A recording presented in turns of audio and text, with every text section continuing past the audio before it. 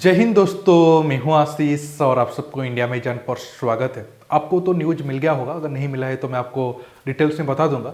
अब दोस्तों रिपोर्ट ये है, कल ईरान की आर्मी और तालिबान के बीच झड़प हुआ है दोनों देशों की सीमाओं के पास। हालांकि बाद में तालिबान की तरफ से कहा गया है कि ये थोड़ा मिसअंडरस्टैंडिंग होने के कारण ये झड़प हो गया, लेकिन इसमें माना जा रहा है कि ईरान के कुछ पोस्ट पर तालिबान कब्जा करने का दावा किया है। हालांकि इस पर ईरान की जो आर्मी वाले हैं वो कुछ खुलकर नहीं बताए हैं, और ये फायरिंग में कितने लोग मरे हैं उसका भी सही डिटेल रिपोर्ट नहीं है। हालांकि झड़प बहुत छोटा सा है, लेकिन ये बताता है कि ईरान और तालिबान का संबंध फिर से जो खराब था जब पहले तालिबान का टाइमिंग था 1999 से 2003 तक, वो जब सत्ता में थे या फिर काबुल में थे, तब ईरान के साथ उनका संबंध जितना खराब था, अब प्रेजेंट टाइम में उसी रास्ते पर वो चल रहे हैं। और आने वाले टाइम में ईरान और तालिबान का संबंध फिर से बहुत जल्द सुधरेगा, इसका भी कोई गारंटी है नहीं। दोस्तों इस टॉपिक पर मैं डिटेल्स में आप सबको बताता हूँ कहाँ पर ये इंसिडेंट और क्या क्या हुआ है।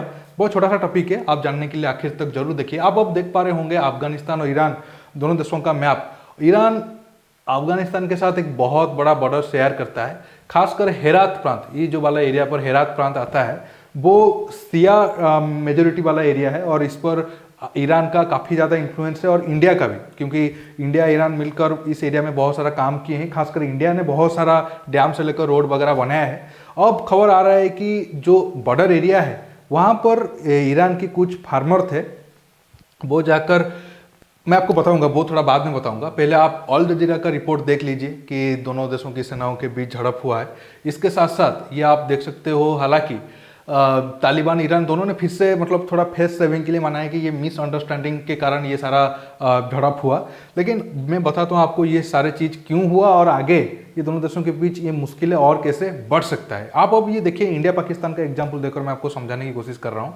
आप जानते हैं पंजाब वाले साइड पे, खासकर जब हमारा मतलब मान लो ये हमारा इंटरनेशनल बॉर्डर है, लेकिन पर्टिकुलर ये वाला एरिया बॉर्डर नहीं होता है। इसके पीछे 100-200 मीटर तक आगे तक बॉर्डर एरिया होता है, और वहाँ पर फार्मिंग लैंड होता है। और हमारे जो पंजाब वाले साइड में किसान हैं वो ये border, so called border cross करके आगे तक जाते हैं। आप ये इमेज को ध्यान से देखिए, आप देख पा रहे होंगे इस एरिया पर तारबंदी हुआ है।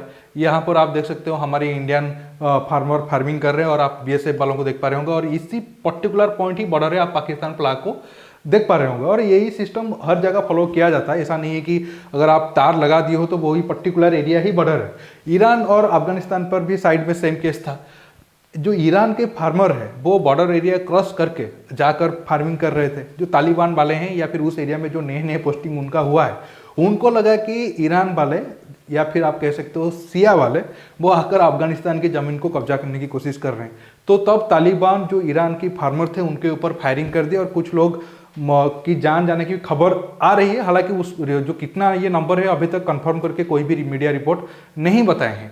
हालांकि बाद में ये मतलब जैसे मैंने आपको शुरू में रिपोर्ट दिखाया, ईरान और जो तालिबान के वाले हैं वो खुद कह रहे हैं कि हम ये मामले को ठीक कर दिए हैं। लेकिन तालिबान वाले कुछ वीडियो फुटेज जारी किए थे और बता रहे थे कि वो उस साइड में ईरान आर्मी के कुछ पोस्ट था उस पर कब्जा कर चुके थे। हालांकि ये दोनों देश ये मामले को ज़्यादा बढ़ाने नहीं देना चाहते हैं, इसी वजह से थोड़ा साइलेंट है।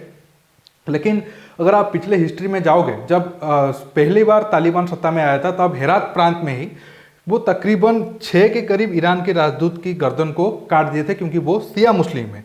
इसके साथ साथ अब जो सत्ता में लोग आए हैं, आप सब जानते हैं वो सारे पश्तून ओरिजिन के सुन्नी तालिबान के लीडर है। हालांकि तालिबान में शिया ओरिजिन के लीडर भी थे, लेकिन उनको बिल्कुल साइडलाइन कर दिया गया, क्योंकि उनका मानना था कि वो ईरान के सपोर्टर होंगे तो अफगानिस्तान में ईरान का इन्फ्लुएंस बढ़ सकता है। इसके साथ साथ आप सब जानते हैं बॉर्डर के एरिया में ही से ही अफगानिस्तान से बहुत सारा ड्रग्स और अफीम वगैरह ईरान स्मगल होता है, और ईरान से वो यूरोप और बाकी देशों की तरफ जाता है। और सब अब आप जानते होंगे 1 महीने पहले अदानी पोर्ट में लगभग 20,000 करोड़ का ड्रग्स बरामद हुआ था, वो ही अफगानिस्तान से ईरान के थ्रू आया था।